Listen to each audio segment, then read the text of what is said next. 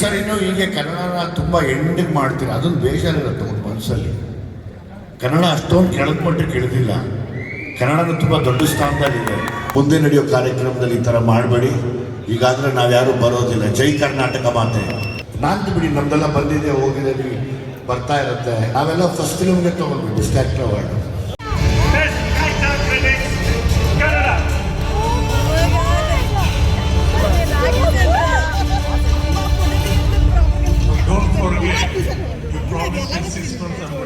Like you.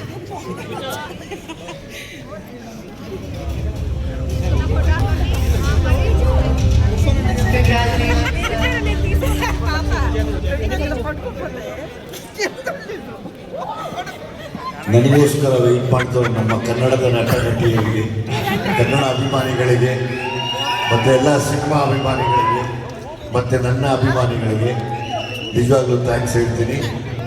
ಈ ಕಾರ್ಯಕ್ರಮ ಯಾವಾಗಲೂ ಈ ಥರ ಮಾಡೋಕ್ಕೆ ಹೋಗಬೇಡಿ. ನೆಕ್ಸ್ಟ್ ಎಲ್ಲನೂ ನಾಂತು ಬಿಡಿ, ನಮ್ದೆಲ್ಲ ಬಂದಿದೆ ಹೋಗಿದೆ ಬರ್ತಾ ಇರುತ್ತೆ. ಯಾರೋ ಹೊಸಬರು ಬಂದಿರ್ತಾರೆ, ಅವ್ರಿಗೆಲ್ಲ ಈ ಥರ ಮಾಡಿದಾಗ ತುಂಬ ಮನಸ್ಸಿಗೆ ನೋವಾಗುತ್ತೆ ಅಲ್ವಾ? ತುಂಬ ಜನ ಹೊಸಬರು ಬಂದಿರ್ತಾರೆ. ನಾವೆಲ್ಲ ಫಸ್ಟ್ ಫಿಲ್ಮ್ಗೆ ತೊಗೊಂಡ್ವಿ best actor award.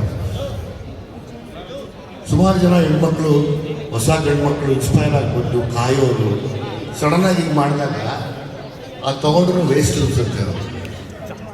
So better ಇಡೀ ನಮ್ಮ ಕನ್ನಡನ ಇನ್ಚಾರ್ಜ್ ಆಗಿರೋ ಈ ತಂಡ ಈ ಪ್ರಾಬ್ಲಮ್ಗಳಾಗ್ತಾರೆ, ಈ ತಪ್ಪಾಗ್ತಾರೆ ನೋಡಿಕೊಂಡ್ರೆ ತುಂಬ ಚೆನ್ನಾಗಿರುತ್ತೆ. ಎಲ್ಲರೂ ದಯವಿಟ್ಟು ಕೂತ್ಕೊಳ್ಬೇಕು ಅಂತ ಕೇಳ್ಕೊಳ್ತೀವಿ. ಎಲ್ಲರೂ ಪ್ಲೀಸ್. ಪ್ರತಿ ಸರಿನೂ ಹೀಗೆ ಕನ್ನಡನ ತುಂಬ ಎಂಡಿಗೆ ಮಾಡ್ತೀರ, ಅದೊಂದು ಬೇಜಾರಿರುತ್ತೆ ಒಂದು ಮನಸ್ಸಲ್ಲಿ. ಕನ್ನಡ ಅಷ್ಟೊಂದು ಕೆಳಗೆ ಮಟ್ಟಕ್ಕೆ ಇಳಿದಿಲ್ಲ, ಕನ್ನಡನ ತುಂಬ ದೊಡ್ಡ ಸ್ಥಾನದಲ್ಲಿದೆ.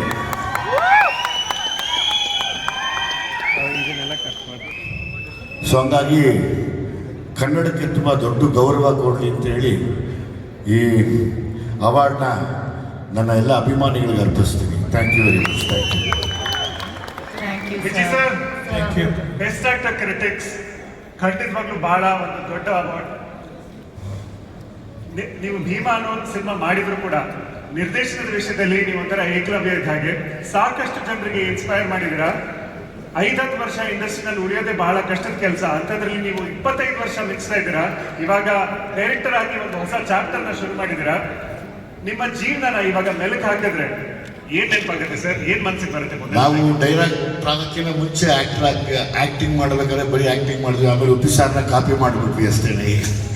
ಸೊ ಹಾಗಾಗಿ ಉಪ್ಪಿ ಸರ ನಮ್ಗೆ ಇನ್ಸ್ಪಿರೇಷನ್ ಡೈರೆಕ್ಷನ್ಗೆ.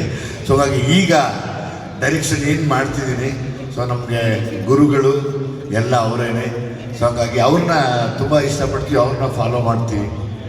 ಹಂಗಾಗಿ ಇದು ಗೊತ್ತಿಲ್ಲ ನನ್ನ ಕೊನೆಯವರೆಗೂ ಒಂದೇ ಹಾರ್ಡ್ ವರ್ಕ್ ಮಾಡೋದಷ್ಟೇ ಗೊತ್ತಿರೋದು. ಅದು ಮಾಡ್ತಿದ್ರೆ ದೇವರೆಲ್ಲ ಒಂದು ಕಡೆ 100% ಎಲ್ಲರನ್ನೂ ಗೆಲ್ಲಿಸ್ತಾರೆ. ಮುಂದೆ ನಡೆಯೋ ಕಾರ್ಯಕ್ರಮದಲ್ಲಿ ಈ ಥರ ಮಾಡಬೇಡಿ, ಈಗಾದರೆ ನಾವ್ಯಾರೂ ಬರೋದಿಲ್ಲ. ಜೈ ಕರ್ನಾಟಕ ಮಾತೆ. ಬಹಳ ಧನ್ಯವಾದಗಳು ಸರ್. ಬಹಳ ಧನ್ಯವಾದಗಳು ಸರ್. ಆಕ್ಚುಲಿ ನಿಮ್ಮಂತ ಲೆಜೆಂಡ್ಸ್ ಈ ಒಂದು ವೇದಿಕೆ ಮೇಲೆ ಬಂದಿರೋದಕ್ಕೆ, ವೇದಿಕೆಯ ಸೊಬಗು ಮೇರೆಗೂ